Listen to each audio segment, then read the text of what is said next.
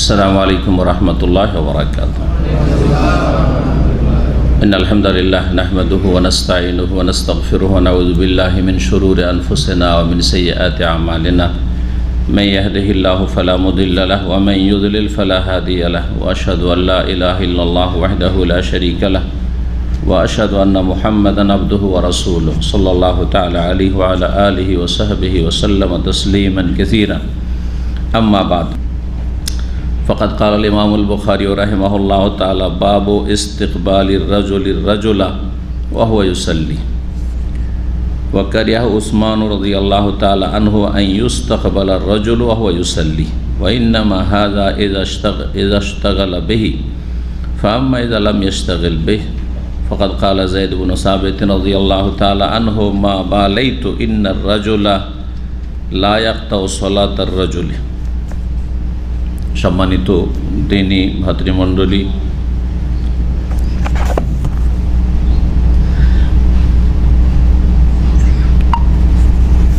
আল্লাহ রাব্বুল আলামিনের প্রশংসা এবং প্রিয় নবী মুহাম্মদ রাসূলুল্লাহ সাল্লাল্লাহু আলাইহি সাল্লামের উপর সালাত ও সালামের পর আজ জুমাবার 19 আগস্ট 2022, 21 মুহররম 1444 হিজরি। আমাদের ধারাবাহিক আলোচনা সহিহুল বুখারীর আলোচনার বিষয়বস্তু বা পর্ব চলছে সুতরা সম্পর্কে। মুসল্লির সামনে সুতরা বা আড় করা, পর্দা করা সম্পর্কে। যখন মুসল্লি সালাত আদায় করবে তখন সুতরা পর্দা করে সালাত আদায় করা হচ্ছে সুন্নাতে মুআক্কাদা, যেমন গত সপ্তাহগুলোতে এর বিধান আলোচনা করেছি। ফরজ ওয়াজিব নয়, তবে সুন্নাতে মুআক্কাদা, এর গুরুত্ব দিতে হবে। বিনা সুতরা তো কেউ যদি কখনো সালাত আদায় করে জায়েজ, তাতে কোনো গুনহা নেই, যেমন নবী সাল্লাল্লাহু আলাইহি ওয়াসাল্লাম মেনাই করেছেন। এই দলিল এই অধ্যায়ের প্রথম হাদিস ছিল, যা বলেছি। আর কয়েকটি অধ্যায় বাকি আছে, দেখা যাক। ইমাম বুখারী রাহিমাহুল্লাহর অধ্যায় নম্বর, আজকে পর্ব নম্বর 3, আর আমাদের ধারাবাহিক সূত্রার আলোচনার। আর ইমাম বুখারী রাহিমাহুল্লাহর অধ্যায় নম্বর হচ্ছে 102। বলছেন বাবু ইস্তিকবালির রাজুলির রাজুলা ওয়া ইউসাল্লি। এই অধ্যায় হচ্ছে সালাত অবস্থায় কোনো পুরুষ ব্যক্তি যদি কোনো পুরুষ ব্যক্তিকে সামনে রেখে সালাত আদায় করে, এইভাবে অধ্যায় কায়েম করেছে। অর্থাৎ সামনে একটা লোক বসে আছে, মহিলা নয়, পুরুষ, এই জন্য পুরুষের কথা বলা হয়েছে। পুরুষ লোক বসে আছে, কিবলামুখী হয়ে বসে থাকে। যদি মুসল্লির দিকে পিঠ থাকে তাহলে তো কোনো আপত্তিও নেই, অপছন্দনীয় না, কোনো অসুবিধা নেই। আর এটা স্বাভাবিক, অনেকেই করেন, তাই না? যে কিবলা দিয়ে মুখ করে কেউ বসে আছে, আপনার সামনে অনেক মুসল্লি, আর আপনি তার পিছনে সালাত আদায় করছেন, ফরজ অথবা সুন্নাত, নফল। কিন্তু যদি মুসল্লির দিকে মুখ করে বসে থাকে, এখানে ইস্তিকবাল মানে সামনাসামনি, মুসল্লি কিবলার দিকে মুখ করে সালাত আদায় করছে, আর মুসল্লি দিয়ে মুখ করে একটা লোক বসে আছে, যেটা এখানে অনেকে করে। অনেকেই দেখা যায় ঘুরে বসে গেছে, আরাম পছন্দ লোক, আজকালকার জামানার লোক বেশি ভোগবিলাসিতা পছন্দ করে, যার ফলে হেলান দেওয়া অভ্যাসটা আজকাল খুব বেশি বেড়ে গেছে। চেয়ারে না বসলে আরাম পায় না, ওই যে হেলান না দিলে আরাম পায় না। সব 14 বছর, 18 বছর বয়স, 10 বছর, সব হেলান পার্টি সব।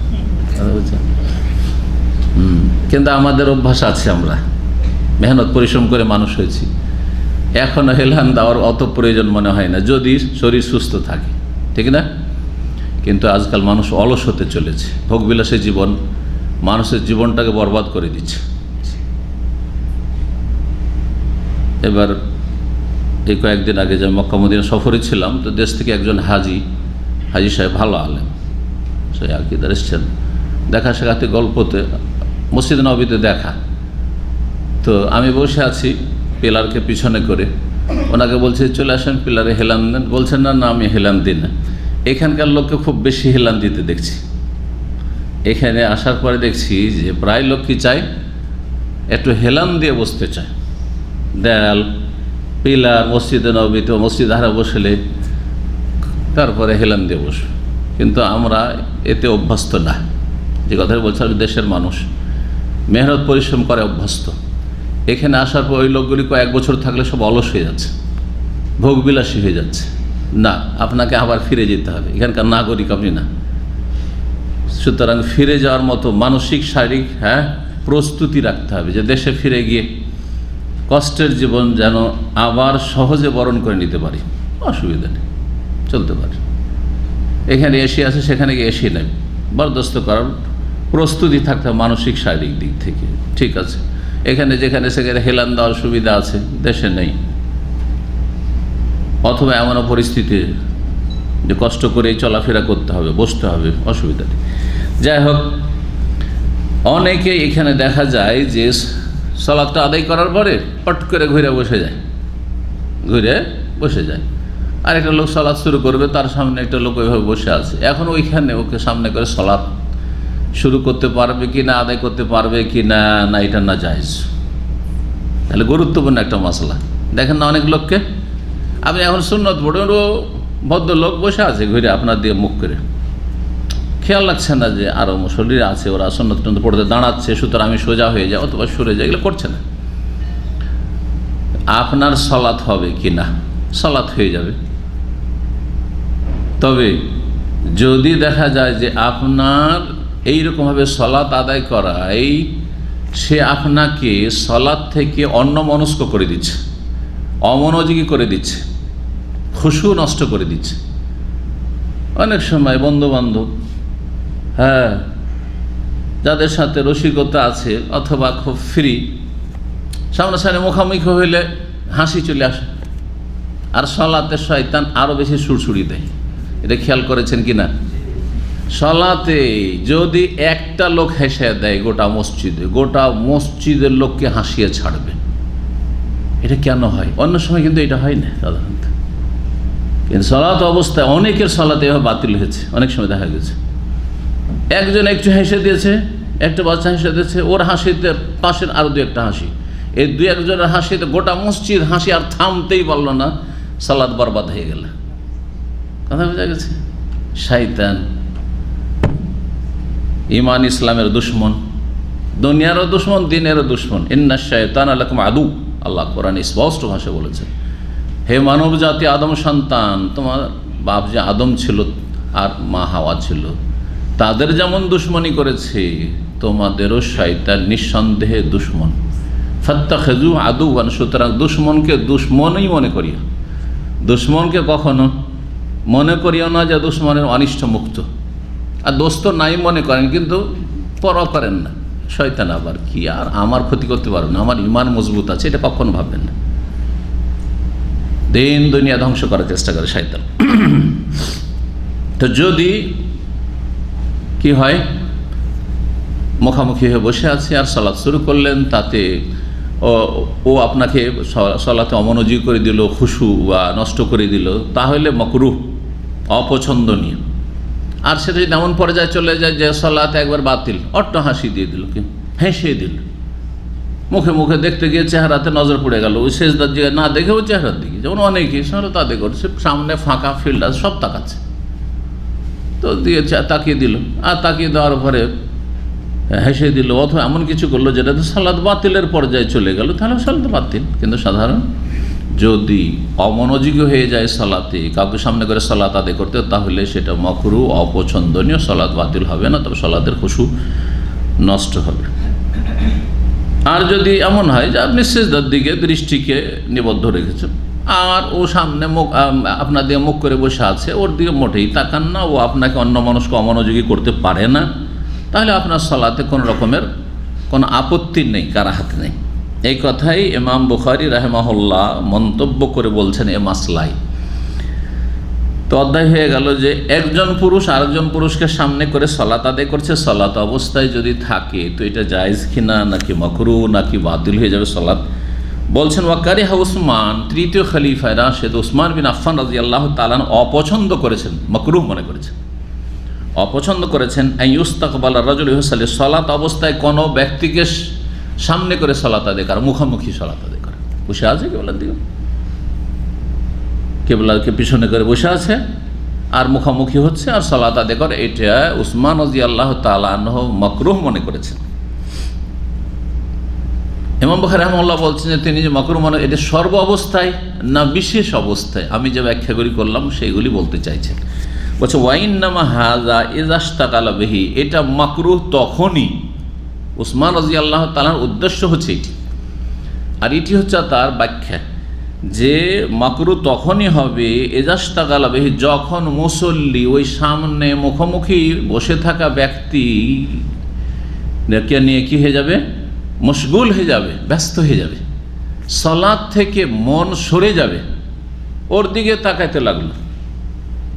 অনেক সময় হয়তো যে উদাহরণটা দিলাম, হয়তো মুখামুখি দেখে হাসাহাসি হলো না, এমন কিছু হলো না, কিন্তু লোক হয়তো দেখতে খুবই সুন্দর আর না হলে খুবই খারাপ। মানুষ মাঝামাঝি লোকের দিকে অত তাকায় না, ঠিক না? কিন্তু খুব বেশি সুন্দর হলে তাকায়, আর খুব বেশি যদি কুৎসিত হয় তো তাকায়। এটা মানুষের দুনিয়ার প্রকৃতি। দুনিয়াতে মানুষ খ্যাতি লাভ করে, বিখ্যাত হয় খুব ভালো মানুষ হয়ে, এলম আমলের দিন দুনিয়ায় ভালো, খুব খ্যাতি লাভ করেছে, আর না হলে খুব খারাপ মানুষ, কুখ্যাত। বিখ্যাত না হয় কুখ্যাত, ঠিক না? আর মাঝামাঝি তো অধিকাংশ লোক কোনো খ্যাতি নেই, সমাজে বাস করছেন, কেউ আপনাদেরকে নিয়ে আলোচনা সমালোচনা করে না। কথা বোঝা গেছে? তো অনেক সময় ওর দিকে তাকিয়ে আছেন, তার চেহারা, রূপ চেহারা, তার শরীর, দেহ সুঠাম ইত্যাদি, দেখতে চমৎকার, একেবারে সুপুরুষ ইত্যাদি। অথবা জীবনের প্রথম দেখছেন আপনি আফ্রিকান লোক, কালো চুকচুকে, আর চুলগুলি একেবারে ঘুঙরিলে। প্রথম আফ্রিকান লোককে 3টি স্টুডেন্ট পড়তো আমাদের সাথে বেনারসে, ইন্ডিয়াতে, জামিয়া সালাফে বেনারস, ইন্ডিয়াতে সবচেয়ে বড় আহলে হাদিসদের প্রতিষ্ঠান। তো ওখানে আমরা ছাত্র 3 জন আফ্রিকান ছেলে পড়তো, কালো, নাইজেরিয়া সম্ভবত ছিল। প্রথম জীবনে কালো লোক, বিদেশে তো আসেনি, বিদেশ মানে তার আগে বাংলাদেশ, নেপাল, এগুলো পাশের দেশ, এগুলোতে ঘুরেছি, একটু গেছি, আর এর বেশি বিদেশ কখনো যায়নি। মদিনা এসে তো সারা দুনিয়ার লোক দেখলাম। হ্যাঁ, সারা দুনিয়া, কে কোন দেশের, আর কোন দেশের লোক কেমন হয় দেখতে, হ্যাঁ, চলাফেরা ইত্যাদি অনেক কিছুই দেখলাম। 120 দেশের ছেলেরা তখন ছিল, আমাদের সাথে পড়াশোনা করেছে। এখন তো 150-এর বেশি চলে গেছে। 100 মনে হয় 60 দেশের ছেলেরা এখন পড়াশোনা করে। তো প্রথম দেখলাম, তো আমার সাথে একজন আমাদের পশ্চিমবঙ্গের ছেলে ছিল, খুবই দিনদার ছেলে, ভালো পরেশগার ছেলে। এখন একটা কলেজের সে প্রিন্সিপাল হয়ে আছে, প্রফেসর। জি, সেই ব্যক্তি লেখাপড়ায় খুবই ভালো ছিল। ওই আফ্রিকান 3 জন ছাদের ওপর চুল কাটাকাটি করছে, চুল কাটছে। ওদের চুলগুলো একটু হাতে নিয়েছে, এমনি নাড়তে কত নরম। আমাদের চুল হচ্ছে সোজা, তাই না? কিন্তু ওদের চুলটা কত সফট, তারপরে একবারে ঘুঙরুলো। হ্যাঁ, তো একটু নাড়াড়ি করেছে, একটু হাতে নিয়ে একটু নাড়াচাড়া করেছে। ওরা তখন মাইন্ড করে নিয়েছে যে আমাদেরকে নিয়ে কী করছে, হেও মনে করছে, ছোটো মারছে, ঘৃণা করছে, আর ধরে দিয়েছে আবার পাড়া পাড়া মাইর, ভালো মায়ের লাগিয়ে দিয়ে ধোলাই করে দিয়েছে। লাহাউলা পাতল মাইরটার খেয়ে কী করে বেচারা এসে জামিয়া সালফাজে শেখুল জামিয়া ছিলেন যিনি প্রিন্সিপাল, তার কাছে অভিযোগ করলো। বিচার আর কী করবে, ছেলেগুলোকে ভালো বুঝিয়ে এলো, বলছেন না আমাদেরকে হাসি তামাশা করেছে। ওরা যেটা বুঝেছে, ভাষা অত বুঝে না, আরবি হচ্ছে মাধ্যম, আর ওইরকম কথাও হয়নি। এই আচরণটাতেই ভেবে নিয়েছে যে আমাদেরকে নিয়ে কী করছে, যেহেতু আমরা দেখতে ভালো না, সুতরাং আমাদেরকে হেয় প্রতিপন্ন, ছোট করার জন্য আমাদের চুলগুলো নিয়ে নাড়াচাড়া করেছে, দিয়েছে মায়ের একবার। দাদা বোঝা গেছে? এইরকম জায়গাগুলোতে বেঁচে থাকতে হয় মানুষের সাথে। এই জন্য হাসি রসিকতা বেশি করতে হয় না। লা তোমা জেফা তোমার, আরবিতে একটি প্রবাদ রয়েছে, এমন হাসি রসিকতা করিও না যেটাতে লড়াই ঝগড়া পর্যন্ত পৌঁছে যায় মানুষ। বোঝা গেছে? এখানে দামামের একটা ঘটনা, এগুলোতে অনেক শিক্ষা আছে। এখানে এই যে ফার্স্ট সানাইয়া, সেই জামানায় MNT-তে নিয়মিত প্রোগ্রাম করে 2005 সালে, এমনকি প্রথম ওইখানে আমার ভিডিও রেকর্ড শুরু হয়। ভালো দাওয়াতি কার্যক্রম ছিল এই এক সময় এই কোম্পানিতে। তারপরে ভালো লোকেরা চলে গেল, ফাখালাফা মিন বাদিহিম খালফুন, আর খালাফের উপরে আসলো, তখন সব সর্বনাশ হয়ে গেল। আল্লাহ হেফাজত করেন। তো যাই হোক, ওখানে কি বলছিলাম, হ্যাঁ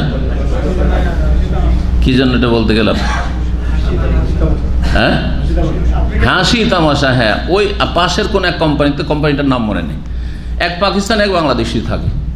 ওই পাকিস্তানির সাথে ওই বাঙালি যুবক ছেলে যখন তখন হাসি তামাশা করে, একটু রসিকতা করে, ঠাট্টা মজাক করে। তখনও বলে, এরা তো পাঞ্জাবিরা খুব গরম মেজাজ, পৃথিবীর মধ্যে মনে হয় নাম্বার 1-2 নম্বরে পড়বে গরম মেজাজে তারা, ঠিক আছে, খুব গরম এদের মেজাজ। তো মেজাজ বুঝে মানুষের চলাফেরা করতে হয়। তারপরে 2-1 বলেছে, দেখো আমার সাথে তুমি হাসি মজাক করবে না, ঠাট্টা মজাক করবে না। বলছে না, বলছে সাথী সঙ্গী, ঠাট্টা মজাক করতে থেকেছে। ওর ভিতরে এত গরম হয়েছে পাঞ্জাবি, যে একটা কাঠ পড়েছিল, কাঠটা মাথায় দিয়েছে একটা বাড়ি সাথে সাথে মরে গেছে। ওখানে কিছুক্ষণের মধ্যেই বাঙালি মারা গেছে। জি, আল্লাহ হেফাজত করেন। কিনা বলছি, অনেকে কিন্তু হাসির রসিকতা করেন সাথী সঙ্গীদের সাথে। না, যদি দেখেন যে ওর মন মেজাজ হাসি রসিকতার তো একটু সামান্য, নবী সাল্লাল্লাহু আলাইহি ওয়াসাল্লাম হালকা হাসি মজাক করতেন, বেশি করতেন না, কখন না, এটা নবী সাল্লাল্লাহু আলাইহি ওয়াসাল্লাম তরিকা নয়। বেশি কারোর সাথে হাসি তামাশা করলে মনে করে আমাকে উপহাস করছে, ছোট মনে করছে। তাই বলছেন কে ইমাম বুখারী রাহিমাহুল্লাহ, যদি সামনে লোকটা বসে থাকে আর তাকে সামনে করে সলাত আদায় করতে গিয়ে তাকে নিয়ে অমনোযোগী হয়ে যায় সলাত থেকে, তখন মাকরুহ। ফাম্মা ইযা লাম ইয়াশতাগিল বিহি, সামনে একটা লোক মুখামুখি হয়ে বসে আছে, সলাত শুরু করেছেন, আপনি আপনার সলাত নিয়ে ব্যস্ত, আপনি সিজদার জায়গায় তাকিয়ে আছেন, ও কোনো বড় করেন কে বসে আছে না আছে, আর আমার দিকে মুখ করে বসে আছে, আমি দেখিই না তার দিকে। ফাকাদ কালা যায়েদ ইবনে সাদ, এই ক্ষেত্রে প্রখ্যাত সাহাবী যায়েদ ইবনে সাবিত রাদিয়াল্লাহু তাআলা আনহু, যিনি যারা কয়েকজন সাহাবী ওহী লিখতেন তাদের অন্যতম 1 নম্বরে তিনি। যায়েদ ইবনে সাবিত রাদিয়াল্লাহু তাআলা আনহু সবচেয়ে বেশি ওহী কোরআনে কারীম লিখতেন, আর তারপরে লিখতেন আলী রাদিয়াল্লাহু তাআলা, লিখতেন মুআবিয়া রাদিয়াল্লাহু তাআলা আনহু, এর বেশ কিছু কাতিব ওহী ছিলেন সাহাবায়ে কেরাম। যায়েদ ইবনে সাবিত রাদিয়াল্লাহু তাআলা এই মর্মে বলছেন, মা বালাই, তো আমি পরোয়া করি না, আমি কোনো পরোয়া করি না। ইন্নার রাজুলা লা ইয়াকতাউ সালাতার রাজুল, কে আমার সামনে বসে আছে আর কিভাবে বসে আছে না আছে, পুরুষ লোক পুরুষের সালাতকে নষ্ট করে না, পুরুষের সালাতকে নষ্ট করেন না, পুরুষের সালাতকে নষ্ট করে না। কেন বললেন? এই জন্য বললেন যে মহিলা যদি সামনে দিয়ে অতিক্রম করে তাহলে কি হয়ে যাবে, সালাত নষ্ট হয়ে যাবে, এটা হাদিসে আছে বলেই তিনি বললেন। আর এই মতটি যায়েদ ইবনে সাবিত, এই মতটি অনেক সাহাবায়ে কেরামের, কিন্তু মা আয়েশা রাদিয়াল্লাহু তাআলা আনহা কথা শুধু বলেছিলাম যে ব্যতিক্রম তার মত চলছে না। এমনকি মহিলাও সামনে দিয়ে গেলে মুসল্লির কি দোষ যে মুসল্লির সালাত নষ্ট হয়ে যাবে? মুসল্লির সালাত নষ্ট হবে না, খুশু নষ্ট হবে। সামনে একটা মহিলা গেলে স্বাভাবিক মনে আসবে যে একটা মহিলা সামনে দিয়ে গেল, কে ছিল, কার কে সামনে আসবে, যার ফলে একটা অমনোযোগিতা আসবে, অমনোযোগী হয়ে যাবে, যার ফলে খুশু নষ্ট হবে, সালাত নষ্ট হবে না। দুটি মত রয়েছে, আসছে অধ্যায়, তখন আরও বিস্তারিত বলছি। তাহলে সামনে কোনো লোক যদি বসে থাকে আর তাকে নিয়ে যদি ব্যস্ত না হন, সালাতের ক্ষেত্রে খুশুতে আপনার যদি ঘাটতি না আসে, অমনোযোগী না হন সালাতে, তাহলে কোনো রকমের আপত্তি নেই, মাকরুহ নয়। এটি হচ্ছে যায়েদ ইবনে সাবিত রাদিয়াল্লাহু তাআলা আনহুর কথা। 511 নম্বর হাদিস, মা আয়েশা রাদিয়াল্লাহু তাআলা আনহা থেকে বর্ণিত, তিনি বলছেন আন্নাহু যুকিরা ইনদাহ মা ইয়াকতাউস সালাত, মা আয়েশা রাদিয়াল্লাহু তাআলা আনহার সামনে আলোচনা করা হলো এই বিষয়টি যে সালাত কিসে নষ্ট করে, নামাজ কিসে নষ্ট হয়, সালাত আদায় করছেন তো কিসে নষ্ট হবে। এই ক্ষেত্রে মনে রাখবেন যে সালাত, যেই ব্যক্তি সালাত আদায় করছে তার দোষ হলে নষ্ট হবে, এটা একটা ফর্মুলা। কেউ অন্য লোক দোষ করলো আমার সালাত নষ্ট হবে, এটা একটা গুরুত্বপূর্ণ বিষয়। কিন্তু এই জমহুর অধিকাংশ আইম্মাকের কথা বলছে, আমার সামনে কে কি করলো না করলো, কি হচ্ছে না হচ্ছে, তাতে আমার কি, আমি আমার সালাতে যদি হেফাজত করি, আমার সালাত কেন নষ্ট হবে, আমি কি করলাম? বুঝতে পেরেছেন? এটা অধিকাংশ আইম্মাগণ বলছে। তো বলছেন যে তার সামনে আলোচনা করা হলে এই বিষয়টি যে মা ইয়াকতাউস সালাহ, মানে আল্লাযী ইয়াকতাউস সালাহ মা মাউসুলা, কিসে সালাত নষ্ট করে বা নষ্ট হয়। ফাকালু, তখন যারা ছিলেন তারা বলে, এক তাহল কালবু, কুকুর সামনে দিয়ে গেলে সালাত নষ্ট হয়ে যাবে, নষ্ট করে দেবে। ওয়াল হেমারও, গাধা যদি সামনে দিয়ে সালাত নষ্ট করে দেবে। ওয়াল মারআত, মহিলা যদি সামনে দিয়ে অতিক্রম করে তাহলে সালাত নষ্ট করে দেবে। কালাত, তখন মা আয়েশা বলছেন, না না না, তোমাদের এই কথা ঠিক না, এই ফতোয়া তোমাদের ঠিক না। এটা বলতেন মা আয়েশা, বলছেন লাকাদ জাআলতুমুনা কিলাবান, আমাদেরকে তোমরা কুকুরের পর্যায়ে করে দিলে, নারী জাতিকে কুকুরের সারিতে ফেলে দিলে, যে কুকুর সামনে দিয়ে গেলে সালাত নষ্ট হবে, মহিলা সামনে দিয়ে গেলে সালাত নষ্ট হবে। আমাদের কুকুর বানিয়ে দিলে নাকি? আমরা কুকুরের মতো? সম্মানিত আশরাফুল মখলুকাত, সৃষ্টির সেরা, আর আমাদেরকে কুকুরের পর্যায়ে ফেলে দিলেন। এই কথা বলতেন মা আয়েশা, প্রতিবাদ করতেন তিনি এই ফতোয়ার। তারপরে তিনি দলিল পেশ করতেন, যেটা অতিক্রম করার নয়, সেটা হচ্ছে অবস্থান করার। গত সপ্তাহে বলেছি অতিক্রম করা আর অবস্থান করাই পার্থক্য রয়েছে। আমাদের সামনে মুসল্লিরা বসে থাকছে না, আর কি করছি আমরা? সালাত আদায় করছি। এমনকি শুয়ে থাক, সমস্যা না, মহিলা পুরুষ শুয়ে থাক, শুয়ে আছে। অনেক সময় হজের মৌসুমে, রমজানে যাচ্ছেন হারামে, এমন ফুল হয়ে গেছে সামনের দিকে মহিলা কাতার লেগে গেছে, আর এদিকে সেদিক কোথাও যাওয়ার উপায় নেই। হয় জামাতে সালাত পড়েন, সামনে মহিলাদের কাতার আছে, আর না হইলে বলেন যে জামাতে পড়বই না আমি, এইরকম মহিলাকে সামনে রেখে, তাহলে জামাত ছুটে যাবে, তারপরে দ্বিতীয় জামাত করেন, ঠিক না? কি করবেন তাহলে? হ্যাঁ, যদি জায়গা থাকে কখনো সামনে মহিলা করে আপনি সালাত আদায় করবেন না, কিন্তু যখন জায়গা নেই, ডানেও নেই বামে নাই, এদিক সেদিক কোথাও যেন সব দিকে ঘিরে রেখেছে, যেমন এখন দেখছেন না কীভাবে ঘেরা আছে, এমন করে বাধ্য করছে যে আপনাকে যেখানে যেতে ওইখানেই যেতে হবে, এত বিশাল জায়গার ভিতরে। তো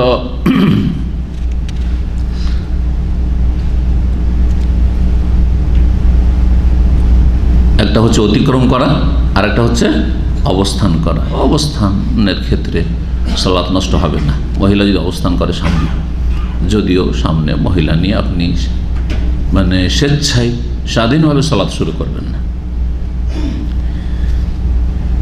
আর অতিক্রম করে সালাত নষ্ট হবে ইমাম আহমদ রাহিমাহুল্লাহর মত, বাকি অন্যদের নয়। তো বলছেন দলিল হিসাবে আয়েশা, লাকাদ রাআইতুন নবী সাল্লাল্লাহু আলাইহি ওয়াসাল্লাম, আমি নবী সাল্লাল্লাহু আলাইহি ওয়াসাল্লামকে দেখেছি, ওয়াসাল্লি, তিনি সালাত আদায় করতেন, তাহাজ্জুদের সালাত বাড়িতে। ওয়া ইন্নী বাইনাহু ওয়া বাইনাল কিবলা, আমি তার মাঝে আর কিবলার মাঝে শুয়ে থাকতাম। ওয়া আনা মুজতাজিআতুন আলাস সারির, খাটের উপর আমি চিত হয়ে শুয়ে থাকতাম। বোঝা গেল চিত হয়ে শোয়াও জায়েজ। ইলতিজা মানে চিত হয়ে শোয়া, আর ইস্তেলকা মানে হচ্ছে পেটের ভরে, বুকের ভরে শোয়া। বুকের ভরে শোয়া মাকরুহ, অপছন্দনীয়, ঘৃণিত, কারণ এটা জাহান্নামীদের শোয়ার পদ্ধতি। জাহান্নামে এভাবে মুখের ভরে উপুড় করে ফেলা হবে, আর এই শোয়াতে শারীরিক চরম ক্ষতি রয়েছে।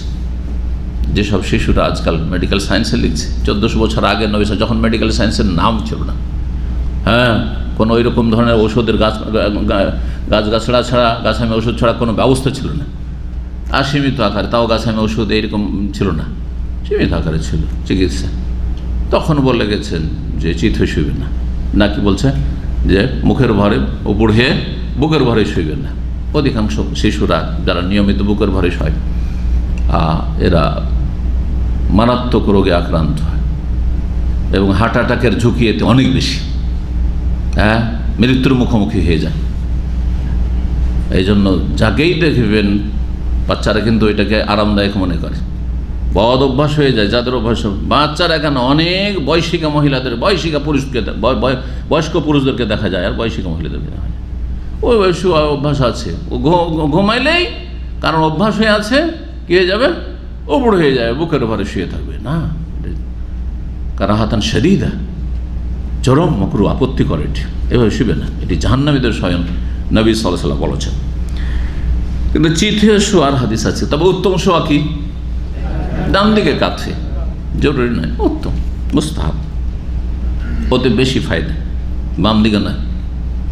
এমনিও দেখবেন পরীক্ষা করে, ডান দিকে যদি কাঁথে শোন তো হাড়টা আরামে থাকে, হাড়টাই বাম সাইডে আছে, আরামে থাকে, কারণ ও রিল্যাক্সে আছে। কিন্তু বাম দিকে যদি কাঁথে শোন তো ওর চাপা পড়ে আছে, চাপের মুখে আছে। এটা উপকারী, ডান দিকে কাঁথে শুলে উপকারী, আর বাম দিকে কাঁথে শুলে অপকারী। সেটা দীর্ঘ সময় থাকলে সেটা আপনার জন্য অপকারী।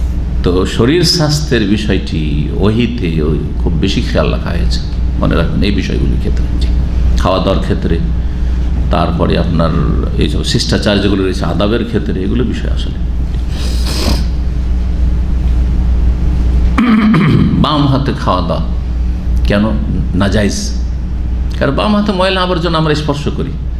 আজকাল না জীবাণুর নাম শুনলাম, হ্যাঁ তাই না, ভাইরাসের নাম শুনলাম, এগুলো জানতাম না, ঠিক কিনা? কিন্তু 1400 বছর আগে ওহিতে আল্লাহ সব জানছেন যে বাম হাতে ময়লা আবর্জনা সাফ করে, আর অতি যদি খায় তো জীবাণু থেকে যেতে পারে, সুতরাং সেটা ক্ষতি করবে, ওই খাবারের সাথে পেটে চলে যাবে, যেটা তাকে ধ্বংস করবে, তার শরীরকে ধ্বংস করবে। ডান হাত সাধারণত যে কোনো ডান হাত দিয়ে ভালো কাজগুলি করে। কোনো কাফেরও পাবেন না যে ডান হাতে পায়খানা পরিষ্কার করে, যদিও তাদের নোংরামের একটা যে তারা পানি সবচেয়ে বেশি ঘৃণা করে। পশ্চিমা কাফেররা পানি ব্যবহার করে না, পেশাব পায়খানা করে, জানেন এটা খবর?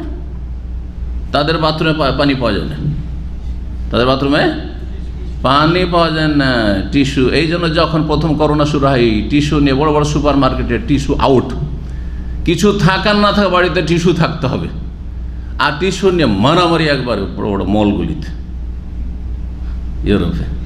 দেখেছেন এইসব দৃশ্য? হয়তো আমি যেহেতু গিয়েছি দেখেছি।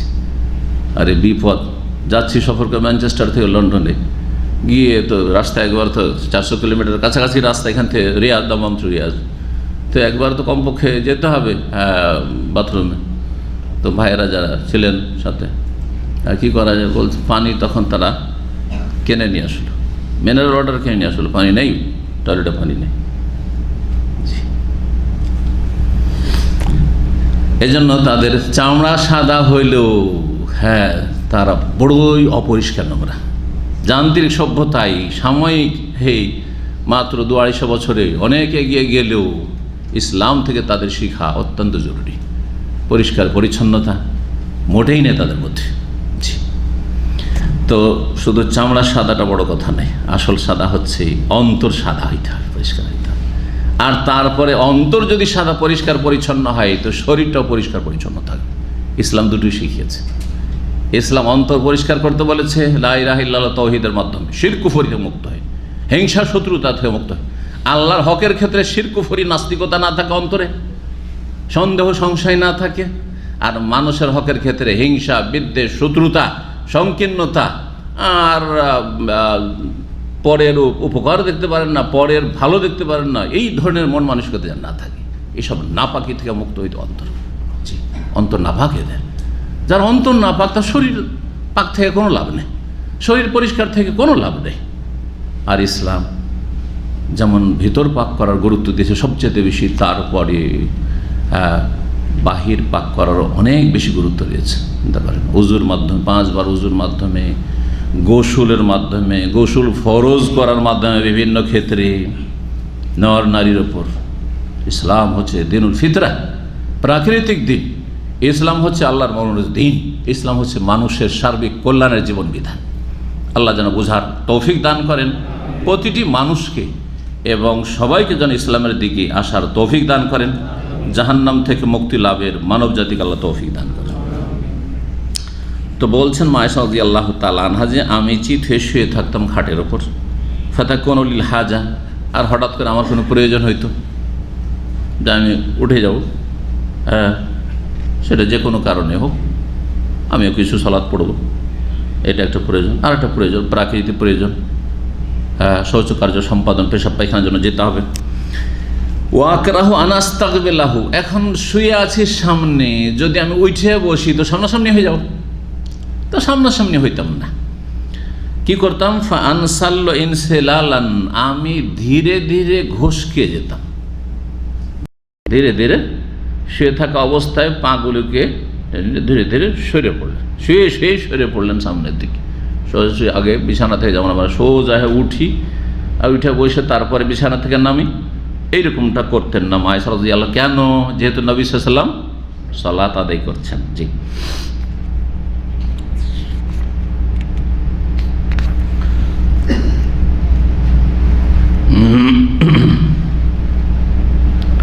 এখানে অধ্যায়ের সাথে কি সম্পর্ক?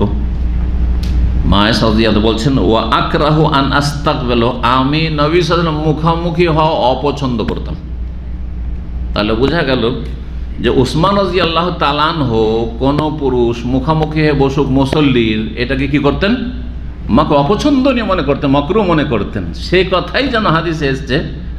এটা হচ্ছে ইমাম বুখারীর কিতাব থেকে শিখার বিষয়, যে অধ্যায়ের সাথে হাদিসটার কি সম্পর্ক আছে, সূক্ষ্ম সম্পর্ক।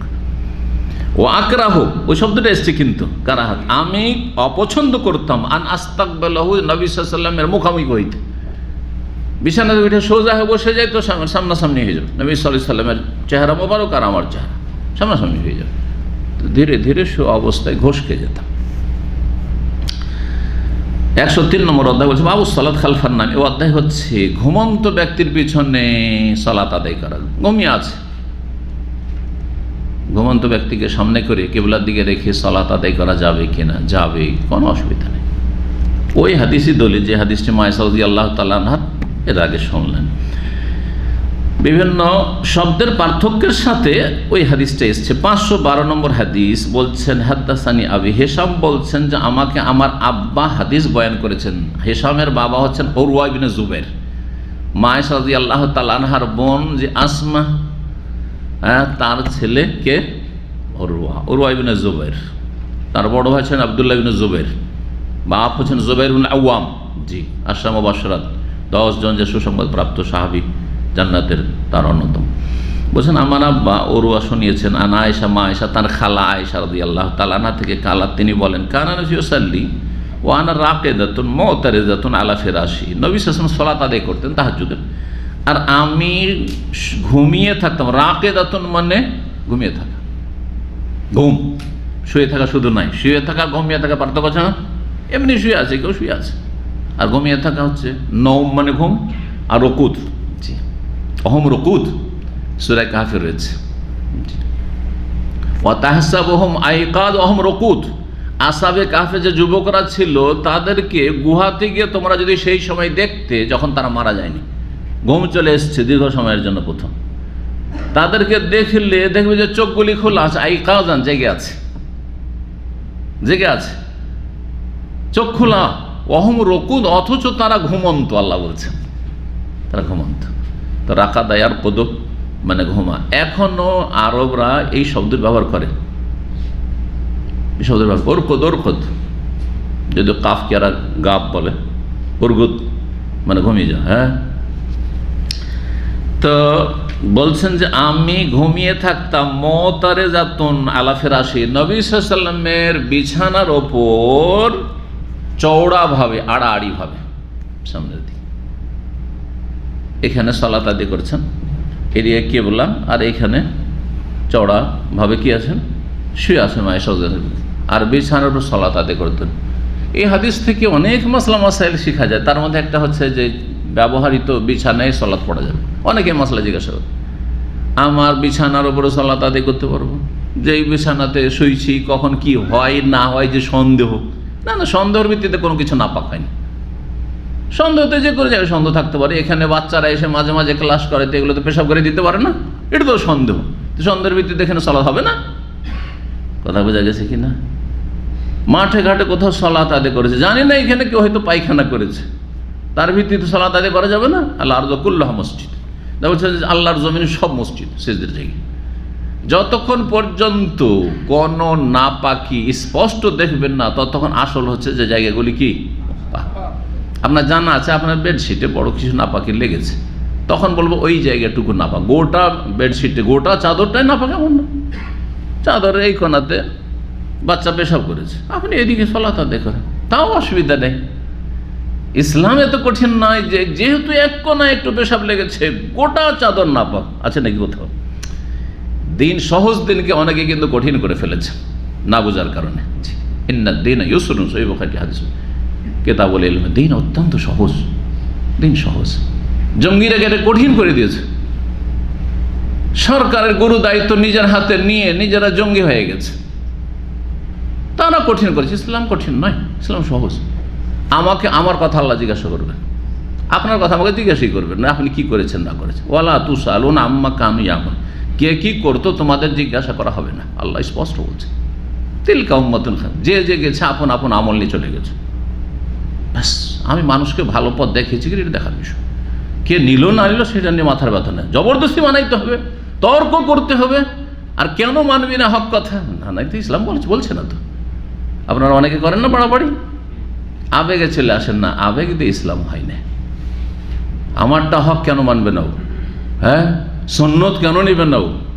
কে আপনার ফতোয়াবাজি করতে বলেছে? হক কথা পৌঁছিয়ে দেন ভালোভাবে, উত্তমভাবে। নিল না বেদাত করুক, তাতে কি? আপনার কি ক্ষতি হয় তাতে?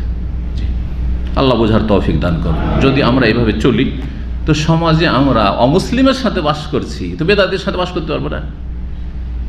কিন্তু আপনি পাশে একটা সেই হাকিদা মসজিদ করলেন আর আপনারা রফায়দান করছেন, আমিন জোরে বলছেন, সবই সুন্নতগুলি পালন করছেন, নিয়ত পড়েন না। আজ ডেলি যদি ওদেরকে বলতে থাকেন, এই তোমরা যে নিয়ত পড়ো, কোথায় পেলে? বেদাত, ঝামেলা বাঁধবে। কে এগুলো করতে বলেছে আপনাকে? আপনি বলেন যে নিয়ত মানে হচ্ছে অন্তরে সংকল্প করা, মুখে নিয়ত করা। নবী সাহাবীরা কেউ করেননি, এমনকি আবু হানিফা, শাফি, মালিক, আহমদ থেকেও প্রমাণিত নয়। পজিটিভ বলে দেন, এই তোমরা বেদাত করছো, তোমাদের তো নামাজ হয়, তোমাদের নামাজ হয় না। এটা কে বলতে বলেছে আপনাকে? আপনি কেন এটা বলতে যাবেন? ওর বলার জন্য যদি বলা লাগে তো বড় বড় আলেমদের আলোচনা আছে, সেখান থেকে তারা শিখে নেবে, যথেষ্ট। সব সময় মানুষের সাথে সদাচরণের সাথে বসবাসের চেষ্টা করতে হবে। জি, কোম্পানি আপনাকে বেনামাজির সাথে রেখেছে রুমে, কি করবেন আপনি? নিরুপায়। আল্লাহ আপনাকে ধরবেন না? শখ করে বেনামাজির সাথে রুমে আপনি ভাড়া নেবেন না, আমি বেনামাজির রুমে থাকবো না। কিন্তু কোম্পানি বাধ্য করেছে, আপনি আপনার কাজ করেন, নামাজ পড়তে যাচ্ছেন না, আপনি আপনার কাজ করেন। এমন কিছু করবেন না যেটাতে আক্রোশ হয়ে যায়, তার শত্রুতা বেশি বেড়ে যায়, আপনার ক্ষতি করার চেষ্টা করে, আপনার কোণঠাসা করার চেষ্টা করে, আপনাকে কোম্পানিকে থেকে তাড়াবার চেষ্টা করে। কেন এগুলো করতে যাবেন আপনি? আমাদেরকে আখলাকগুলো অনেক শিখার প্রয়োজন রয়েছে। আল্লাহ যেন হেফাজত করেন।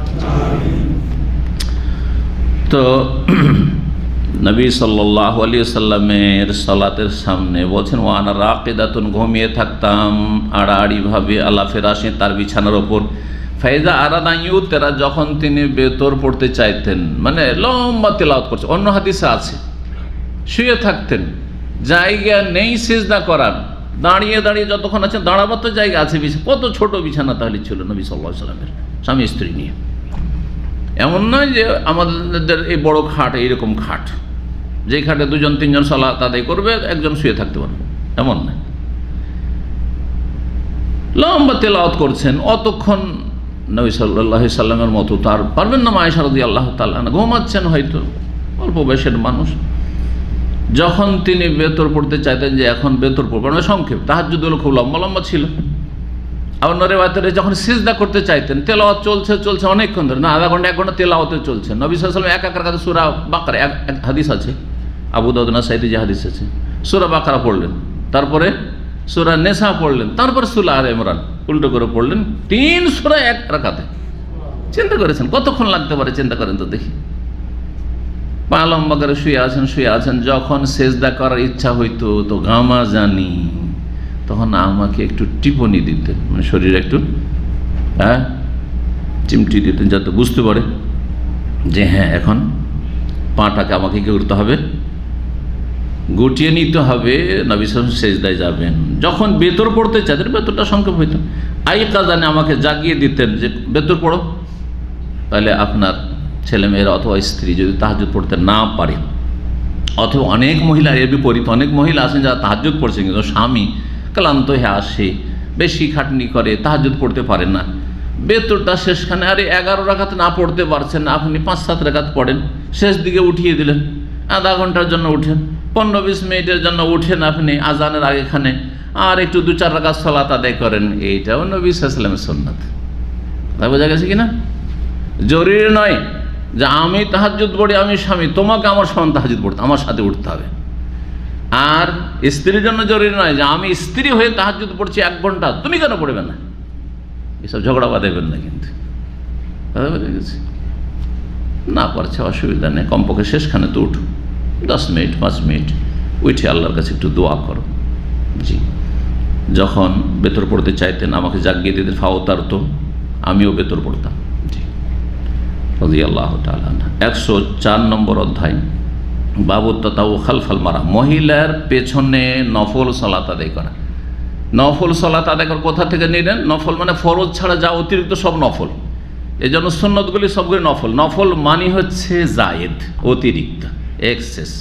ফরজের ওপর যা আছে সে সুন্নাতে মুআক্কাদা হোক আর গায়ের মুআক্কাদা হোক আর এমনি নফল হোক, কারণগত নফল হোক, বিনা কারণে নফল হোক, সবগুলি হচ্ছে তাতাওয়ু, জি নফল। তো মহিলার পেছনে দাঁড়িয়ে কোন পুরুষের কি করা? নফল পড়া। নবী সাল্লাল্লাহু আলাইহি ওয়াসাল্লাম তাহাজ্জুদ পড়েছেন ওই হাদিস থেকে, ওই একই হাদিস নিয়ে এসেছে 513 নম্বর অধ্যায়। আয়েশা বলছেন জাওজিন নবী সাল্লাল্লাহু আলাইহি ওয়াসাল্লাম সহধর্মিনী আন্নাহা কালাত, বলছেন কুনতু আনামু বাইনা ইয়াদাই রাসূলিল্লাহ সাল্লাল্লাহু আলাইহি ওয়াসাল্লাম, আমি ঘুমাইতে থাকতাম রাসূলুল্লাহ সাল্লাল্লাহু আলাইহি ওয়াসাল্লামের সামনে, আর ইজলায়া ফি কিবলাতি, আমার দুই পা তার কেবলার দিকে সম্প্রসারিত থাকতো, পা লম্বা হয়ে আছে তার কেবলার সামনে শুয়ে আছেন। ফাইদা সাজাদা, যখন সেজদা, হাদিসটা চলে আসলে একটু বললাম না যে সেজদার সময়, আগেটাতে ছিল বেতর পড়া যখন ইচ্ছা হইতো, এখানে তার বিভিন্ন সময় বিভিন্ন রকম হইতো, বেতর পড়ার জন্য উঠিয়ে দিতেন। আর সেজদা যাওয়ার সময়, আমি সেজদা যাবো তো জায়গা তো নেই, তো তুমি পাগুলো জড়ো করো, যে পা গুটিয়ে দাও। এই জন্য কী করে গামাজ দানিয়ে আমাকে একটু টিপনি দিতেন, গায়ে হাত দিয়ে ইশারা করতেন, ইঙ্গিত করতেন। ফাঁকাবাল তো রিজলাইয়া, তখন আমার দুই পা আমি সংকুচিত করে নিতাম, জি গুটিয়ে নিতাম। ফায়দা কামা, যখন আবার দাঁড়িয়ে যেতেন তেলাওয়াত করা যায়, বাসাত তোহমা, তখন পা দুটো লম্বা করে দিতাম আমি। কালাত, তাহলে প্রশ্ন জাগে, মা আয়েশা দেখতে পেতেন না? মা আয়েশা দেখতে পেতেন না? দেখছেন যে এখন রুকুতে গেল, রুকু থেকে উঠে গেছে, নবী সাল্লাল্লাহু আলাইহি ওয়াসাল্লাম রুকুতে গেলে রুকু থেকে এখন সেজদা যাবেন, তো নিজে থেকে পাঠে নেবেন, কেন তাকে একটু টিপা দিতে হবে, ইশারা করতে হবে যে পাগুলি জড়ো করা? ওর উত্তরে বলছেন ওয়াল বুয়ুতু ইয়াওমাইযিন লাইসা ফিহা মাসাবি, সেই জামানায় আমাদের বাড়িগুলিতে কোনো রকমের বাতির ব্যবস্থা ছিল না। সুবহানাল্লাহ, অন্ধকারে আমরা বসবাস করতাম, অন্ধকারে বসবাস করতাম। খাওয়া দাওয়া তাহলে, আরে খাওয়া দাওয়া দিনে, রাত্রে খাওয়া দাওয়া কোথায়? দিনেই ওই সন্ধ্যাবেলা খাওয়া দাওয়া একটা হইলো, ওইটাই বেশিরভাগ। আর যদি কখনো হয়তো ওই সময়টাই হয়তো একটু বাতির ব্যবস্থা, প্রদীপের ব্যবস্থা। প্রদীপ দেখেছেন আমাদের দেশে? কিরকম প্রদীপ দেখেছেন? চেরাগ, আহসান, মাশাআল্লাহ। ঘর ময়লা হয়ে যাচ্ছে ধোঁয়াতে, তেল দেওয়া আছে একটা কাঁচের বয়না, টিনের কোনো ডিব্বাতে, আর তাতে একটা কি দেওয়া আছে, তেনা পাকিয়ে দেওয়া আছে, আর ওইটা জ্বলছে, যতক্ষণ তেল আছে জ্বলছে, তারপর নিভে থেকে যাবে, ঠিক না? আর কত যে এইভাবে আগুন লেগে যেত, একটু অচেতন হলেই বাড়িতে। আল্লাহ হেফাজত করেন, আল্লাহ শুকরিয়া আদায় করেন, আল্লাহ শুকরিয়া আদায় করেন। কত নিয়ামতে আছেন আপনারা, জি। এটা যদি আমরা দেখে থাকি, ছাত্র জীবনে আমরা এরকম দেখে থাকি, একটু যখন যাদের বাড়ি একটু উন্নত, মাশাআল্লাহ, ল্যাম্প থেকেছে, না হয় লণ্ঠন থেকেছে, ঢাকা, কাঁচে ঢাকা আগুনটা, নিরাপদ। গরিবদের বাড়িতে ওই রকমই ছিল, সেটাও ছিল নবী সাল্লাল্লাহু আলাইহি ওয়াসাল্লামের বাড়িতে। সুবহানাল্লাহ, সাইয়্যিদুল মুরসালিন, উম্মাহাতুল মুমিনিন, মুমিনদের মা, সুবহানাল্লাহ, তাদের বাড়িতে লাইসা ফিহা মাসাবি, বাড়িতে কোন রকমের প্রদীপের ব্যবস্থা ছিল না। চর্বি জ্বালিয়ে মাঝে মধ্যে একটু আলো করে কাজটা সেরেন, আবার নেমে দিলেন। অন্ধকারে সালাত আদায় করতেন। এখান থেকে আর একটি গুরুত্বপূর্ণ মসলা জানা গেল, যেটা অনেকে জিজ্ঞাসা করেন, অন্ধকারে কি নামাজ পড়া যাবে? প্রত্যেক জিজ্ঞাসা করেন না অনেকে। নবী সাল্লাল্লাহু অন্ধকারে সালাত আদায় করতেন না, করতেন না? সুতরাং কোন কোন মযহাবে যে ফতোয়া অন্ধকারে সালাত আদায় করা মাকরুহ, সেটা মন গড়া কথা, মাকরুহ না। নবী সাল্লাল্লাহু মাকরুহ কাজ করেছেন। অন্ধকারে সালাত আদায় করা যাবে, তবে যদি আশঙ্কা থাকে কিসের? ক্ষয়ক্ষতির বেশি আশঙ্কা। কোনটা বলা হয়? খুব বেশি সম্ভাবনা, এত বেশি সাপের দেশে বাস করেন। গরমের দিন আমাদের দেশে খুব সাপ বের হয়, কিন্তু আরব দেশে তো নিরাপদ আছেন। এত গরমেও সাপ দেখতে পান না কোথাও, মাশাআল্লাহ। মরুভূমিতে দু একবার সাপ দেখেছি, তাও ছোট বড় সাপ দেখেছি, কিন্তু আমাদের বড় বড় সাপ। সালাত শুরু করেছে আর মুসাল্লাতে এসে বসে আছে, সেজদার জায়গাতে বসে আছে, সেজদা করলে ছোঁ, দেখা গেছে। সাপের দেশে বাস করেন, যখন তখন মুসাল্লাতে সাপ চলে আসতে পারে, বিছানায় সাপ বসে আছে, আমাদের প্রতিবেশী এক হিন্দু ছিল, মানে 2-4টা বাড়ি বাদ দিয়ে। তো ওর বাড়িতে রাত্রে সাপ দেখেছে, বিছানায় সাপ বসা দেখেছে, দেয়াল ঘর, বিছানায় সাপ বসা দেখেছে। হিন্দুদের তো বুঝতে পারেন সাপের পূজা করে, তো জানেন তাই না, সাপের পূজা করে। তখন বলছে যে ঘরে দেবতা এসেছে। ঘরে কি এসছে? দেবতা এসছে। দেবতা কিছুক্ষণ থেকেছে আর তারপরে হয়তো ঘুমিয়ে গেছে যে দেবতা বাড়িতে এসছে, তো ঘুমায় আরামে নাকের তেল দিয়ে। সাপ কিন্তু এমনি দংশন করবে না, কিন্তু যখন দেখবে যে আমার জানের ভয়, জান বাঁচানোর জন্য দংশন করে দিবে। সাপ রাস্তা দিয়ে চলে যাচ্ছে, আপনিও যাচ্ছেন, কিছু করবে না। কিন্তু যদি কাছাকাছি হয়ে যান আর বুঝতে পারে যে আমাকে মেরে দিতে পারে অথবা আমার পা চাপিয়ে দিতে পারে, তখন ছমো করে দংশন করবে। এখান থেকে তো আমাদের কিছু শিখার আছে। মানুষের যদি আমরা ক্ষতি না করি, সাধারণত মানুষ ক্ষতি করবে না। এটা হচ্ছে মানুষ কোনো ক্ষতি করে, মানুষের উপকার করে। উপকার করার পরেও যদি কেউ ক্ষতি করে, তা আপনার কোনো ক্ষতি করতে পারবেন না, ধ্বংস হবে।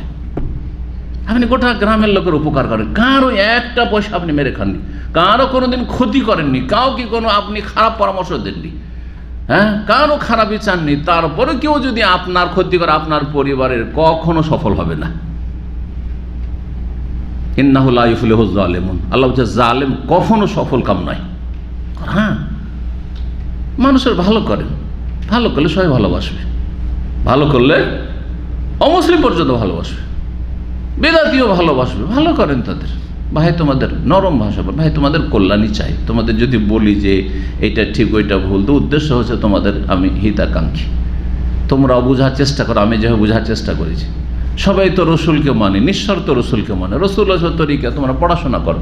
বলছি যে মেনে নাও আমারটা, না বলছি না, একটু পড়াশোনা করো, যদি ঠিক লাগে তো মেনে নিও, না ঠিক লাগে ছেড়ে দিও, অসুবিধা নেই। কি মারামারি করতে আসবে এভাবে বললে?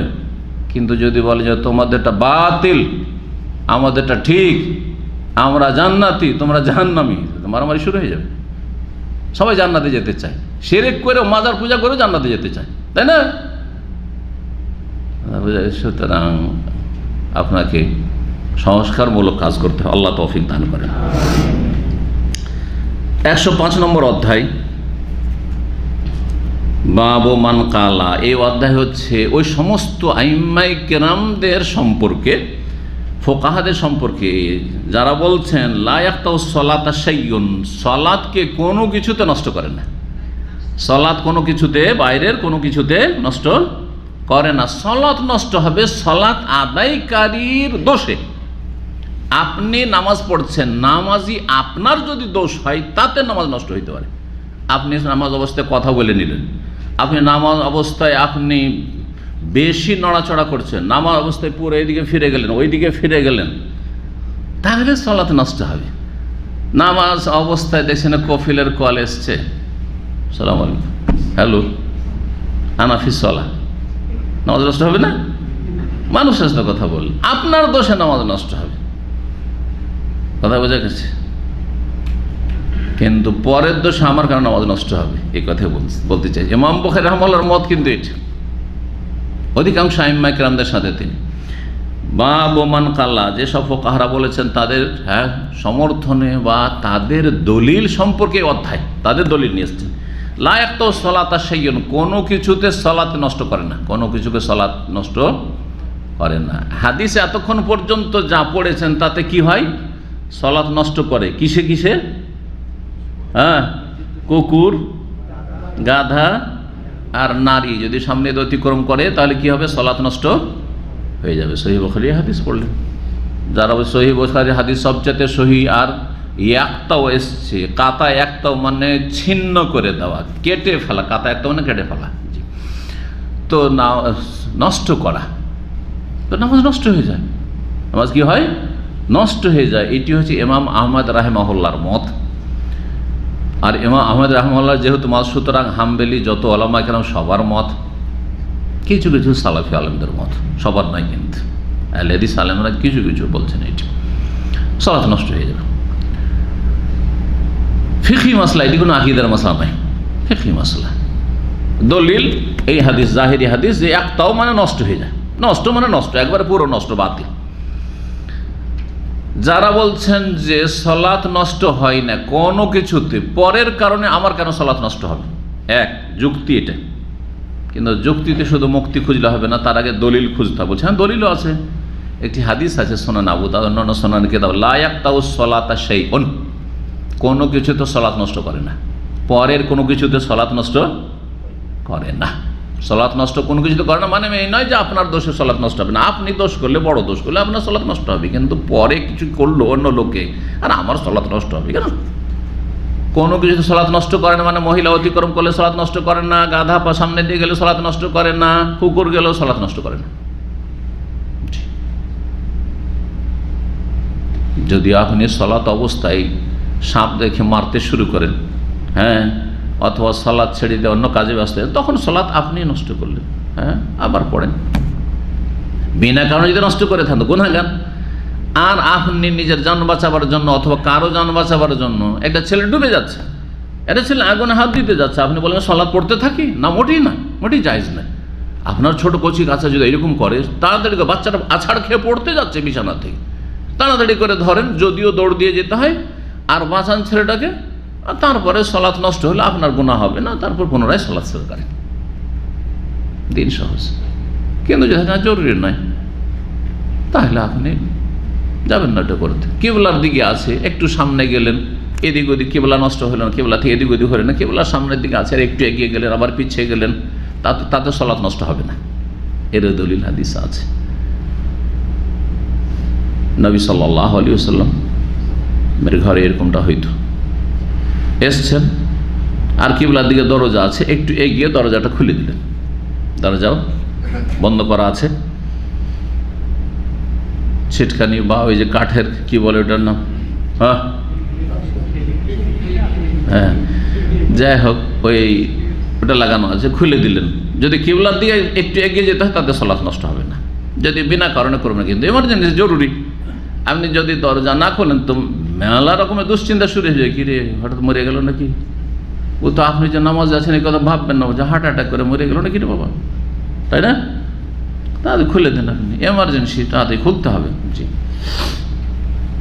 কিন্তু আপনার কলিং বেল বেজেছে আর সালাত শুরু করেছেন, ওই অবস্থায় প্রথম রাকাতে আছেন, আমি যদি 5-7 মিনিট এখন সালাত আদায় করতে থাকি তাহলে তো মাথা খারাপ হয়ে যায়। আর স্বামী হচ্ছে বদমেজাজ, অনেক স্বামী আছে বদমেজাজ, বদ চরিত্র, বুঝবে না যে সালাত আদায় করছিল, 7 মিনিট দেরি হয়েছে, গেটে এসে 1 মিনিট যদি দেরি হয় বেলের ওপর বেল, বেলের ওপর বেল। অনেক বাচ্চারাও এরকম আছে, আর বাচ্চার বাপই যদি এরকম খারাপ হয় তো বাচ্চারা এবার কেমন হবে? বেলের উপর বেল, বেল দেওয়ার পরে কিছুক্ষণ থামতে হবে, যাতে করে একজন শোনার পরে আরামসে চলে আসে, ততক্ষণ হ্যাঁ, আধা মিনিট 1 মিনিট সময় দিতে হবে, তারপর আর একবার বেল দেন। এটা হচ্ছে আদব, বেলের উপর বেল দিতে আছে। যদি না খুলে তাহলে যখন খুলবে, খোলার পরে দরজাতে শুরু করে দিল, হ্যাঁ, মারপিট শুরু করে দিল, ঠিক না? এরকম জালেম স্বামীর আশঙ্কা থাকতে সালাত ছাড়বে না, তার অনিষ্ট থেকে বাঁচার জন্য সালাত ছেড়ে দেবে, গুনাহগার হবে না। জি, কিন্তু স্বামী যদি মেনে নেওয়ার মতো হয়, বুঝে, তাহলে তখন সালাত ছাড়বে না, যে আমি সালাত আদায় করছিলাম, রাগও করবে না। তো সালাত কোনো কিছুতে নষ্ট হয় না, এই মর্মে হাদিস রয়েছে। কিন্তু সমস্যা কি, হাদিসটি সনদে দুর্বল, হাদিস জয়ীফ। আর বুখারী হাদিস যেটাতে এই 3টি জিনিসে কি করে সালাত নষ্ট করে, হাদিস সহিহ। ইমাম আহমদ রাহমাহুল্লাহ বা হানাবেলা বলছেন যে এটা সহিহ হাদিস, জয়ীফ হাদিস। জয়ীফ হাদিস দিয়ে তোমরা সহিহ হাদিস আমল করবে না, বলবে যে না খুশু নষ্ট হয়, সালাত নষ্ট হয় না, এটা চলবে না। এটা হলো হাম্বলি মাযহাব। কিন্তু অন্যরা বলছেন যে হাদিস জয়ীফ হলেও আমরা তো সহিহ হাদিসকে রদ করে দিচ্ছি না, মানব না, এটা নয়। ইয়াকতাউ সালাত, সালাত নষ্ট করে মানে সালাতের খুশু নষ্ট করে। একটা মহিলার সামনে দিয়ে চলে গেল, আমি কোনো দোষ করলাম না, আমার সামনে দিয়ে চলে গেল। একটা গাধা চলে গেল, একটা কুকুর চলে গেল, আমি কি দোষ করলাম? আমার সালাতের খুশু নষ্ট হইতে পারে, যেহেতু অন্য মনস্ক হয়ে গেলাম, অমনোযোগী হয়ে গেলাম সালাতে, সেজন্য খুশুটা দুর্বল হলো, কিন্তু সালাতটাই বাতিল হয়ে যাবে, এটা হবে না। এইভাবে সমন্বয় করেছেন অধিকাংশ আইম্মায়ে কেরাম, ইমাম আবু হানিফা রাহিমাহুল্লাহ, ইমাম শাফিঈ রাহিমাহুল্লাহ, ইমামে মালিক রাহিমাহুল্লাহ, অধিকাংশ আহলে হাদিস, যে সালাত নষ্ট হয়নি। ইমাম বুখারীও তাই। ইমাম বুখারী অধ্যায় কায়েম করার উদ্দেশ্য হচ্ছে যে ইমাম বুখারীর মত হচ্ছে যে সামনে দিয়ে কুকুর, গাধা, মহিলা যদি অতিক্রম করে তাতে সালাত নষ্ট হয় না, বরং সালাতের খুশু নষ্ট হয়। 514 নম্বর হাদিস, মায়েশা থেকে বর্ণিত রাদিয়াল্লাহু তাআলা আনহা, জোকেরা ইনদাহ মা ইয়াকতাউস সালাত, তার সামনে আলোচনা করা হলো যে সালাত কিসে নষ্ট হয় বা কিসে নষ্ট করে। বলে আল কালবু কুকুরে, অল হেমার গাধা, অল মার আর মহিলা। ফাকালাত আয়েশা, মা আয়েশা বললেন, শাব্বাহতুমুনা বিল হুমুরি ওয়াল কিলাবি, আমাদেরকে মানে নারী জাতিকে তোমরা গাধা আর কুকুরের সদৃশ্য করে দিলে, গাধা আর কুকুরের সদৃশ্য বানিয়ে দিলে, ওদের মতো বানিয়ে দিলে।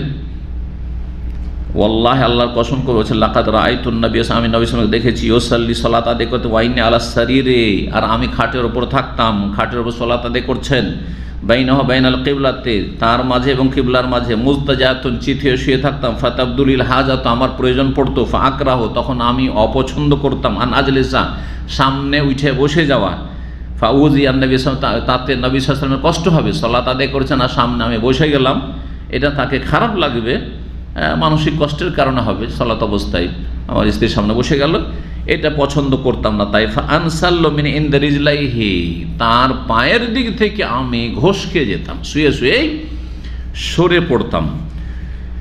এই ছিল হাদিস।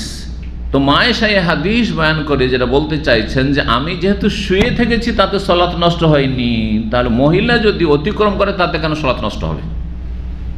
বুঝতে পারছেন না? কিন্তু ইমাম আহমদ রাহিমাহুল্লাহ বলছেন কি, যে কথাটি আগে বলেছি, যে অতিক্রম করলে নষ্ট হবে, কিন্তু অবস্থান করলে সালাত নষ্ট হবে না। জি, 515 নম্বর হাদিস, ইবনে শাহাব জোহরি বলছেন, আন্নাহু সাআলা আম্মা আনিস সালাত, তার চাচাকে সালাত সম্পর্কে জিজ্ঞাসা। হাদ্দাসানি ইবনু আখি ইবনু শিহাব, আমাকে হাদিস বয়ান করেছেন ইয়াকুব বিন ইব্রাহিম, বলছেন যে আমার ভাইয়ের ছেলে মানে ভাতিজা ইবনু শিহাব, তিনি তার চাচাকে জিজ্ঞাসা করেন, সালাত সময় ইয়াকতাহু শাইউন, সালাত কি কিছুতে নষ্ট করে? ফাকাল লা ইয়াকতাহু শাইউন, না, নষ্ট করে না।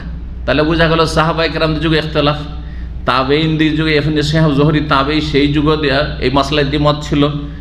একদল বলতো সালাত নষ্ট হয় না কোনো কিছুতে বাইরের, আর আরেক দল বলতো সালাত নষ্ট হয়।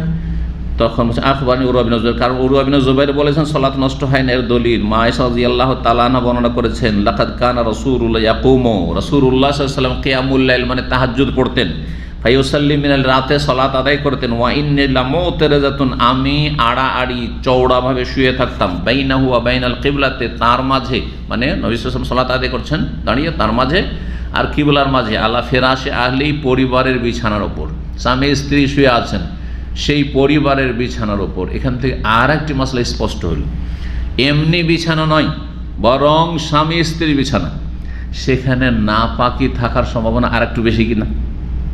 স্বামী স্ত্রীর বিছানাতে সহবাস হচ্ছে, তাহলে যেই চাদরের ওপর সহবাস হচ্ছে আর সেই চাদর বেডশিটের উপর সালাত আদায় করছেন, জায়েজ কিনা? জায়েজ নয়? জায়েজ। দলিল আলা ফেরাশ আহলি, পরিবারের বিছানাটি, স্বামী স্ত্রীর বিছানা আমাদের ছিল, আর কোনো এটা বাচ্চাও ছিল না, মায়ের সাথে যে বাচ্চাদের বিছানাটা ছিল।